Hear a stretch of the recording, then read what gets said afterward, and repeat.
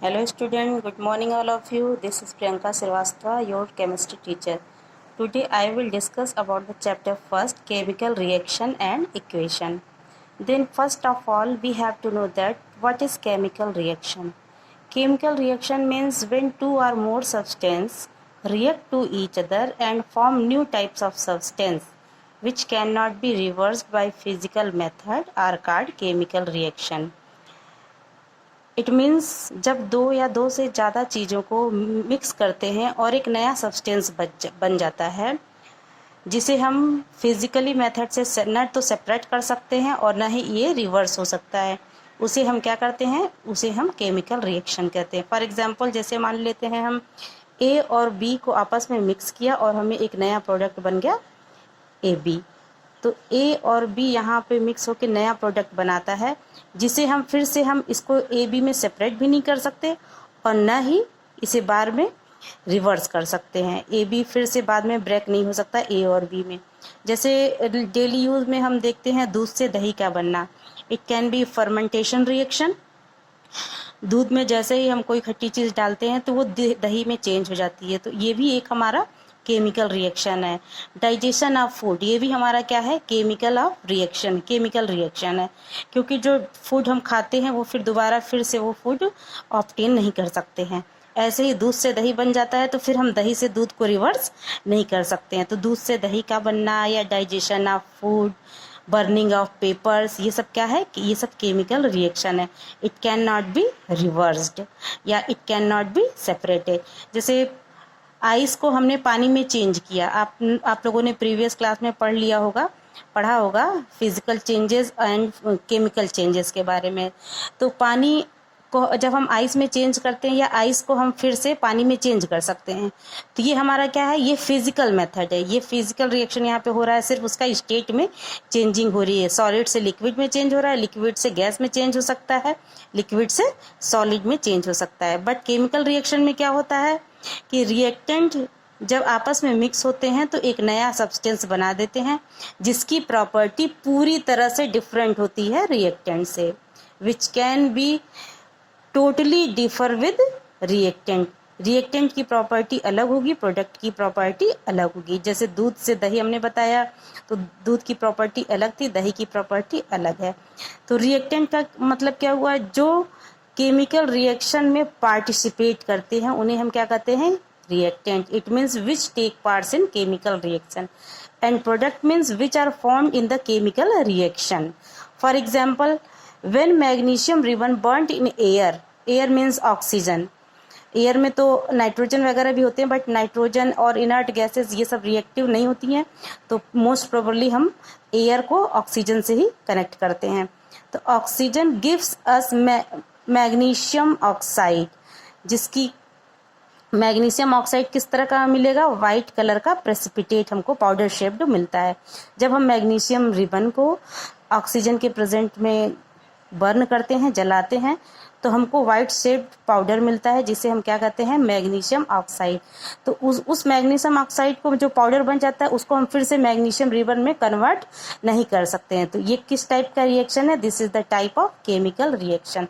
और इसकी आइडेंटिफिकेशन हम कैसे करेंगे कि जैसे ही मैग्नीशियम रिबन को हम बर्न करते हैं वाइट डेजलिंग फ्लेम जलने लगता है. इस वाइट डेजलिंग फ्लेम से पता चलता है कि हाँ कुछ तो रिएक्शन यहाँ पे हो रहा है, और वाइट कलर का हमको पाउडर मिल जाता है.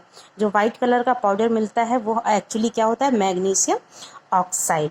Other example we can take reacting zinc granules with dilute sulphuric acid.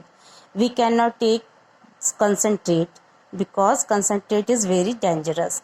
Dilute means होता है उसमें वाटर की परसेंटेज ज़्यादा होती है, ठीक है. डाइल्यूट सल्फ्यूरिक एसिड ही लेंगे, कंसनट्रेट नहीं लेंगे.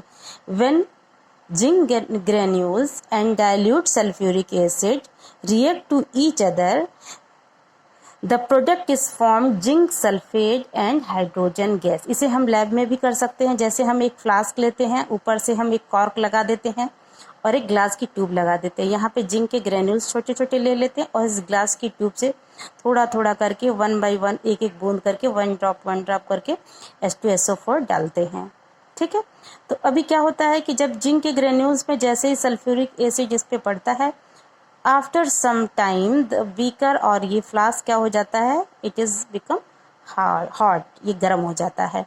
गर्म हो जाता है तो इसका मतलब यहाँ पे कुछ रिएक्शन हुआ और ये जैसे ग्रेन्यूल्स और सल्फ्यूरिक एसिड आपस में मिलके कुछ नया प्रोडक्ट बना लेते हैं। उस प्रोडक्ट को क्या कहा जाता है, जिंक सल्फेट। और यहाँ से कुछ गैस रिलीज होती है। इस गैस की आइडेंटिफिकेशन करने के लिए हम वहाँ पे एक मैच स्टिक ले जाते हैं। जैसे ही मैच स्टिक ले जाते हैं तो वो ब्लू फ्लेम से जलने लगता है और पॉप साउंड की आवाज़ आने लगती है। पॉप साउंड की आवाज़ और ब्लू फ्लेम ये क्लेरिफिकेशन करता है कि this is hydrogen gas. It means when zinc granules with dilute sulfuric acid react with each other, the product is formed as zinc sulfate and hydrogen gas. It is clear? Now come to the chemical equation. अब chemical equation क्या होता है? chemical equation का मतलब जैसे अभी हमने बताया zinc sulphate, hydrogen gas, sulphuric acid, zinc granules, इन सबको नाम जो है इतने बड़े बड़े हैं तो इनको हम लिखने में भी प्रॉब्लम होती है, आइडेंटिफिकेशन में भी प्रॉब्लम होती है। तो केमिकल इक्वेशन का मतलब क्या होता है कि केमिकल रिएक्शन को ही एक छोटे से सिंबल में प्रेजेंट करने का एक तरीका होता है।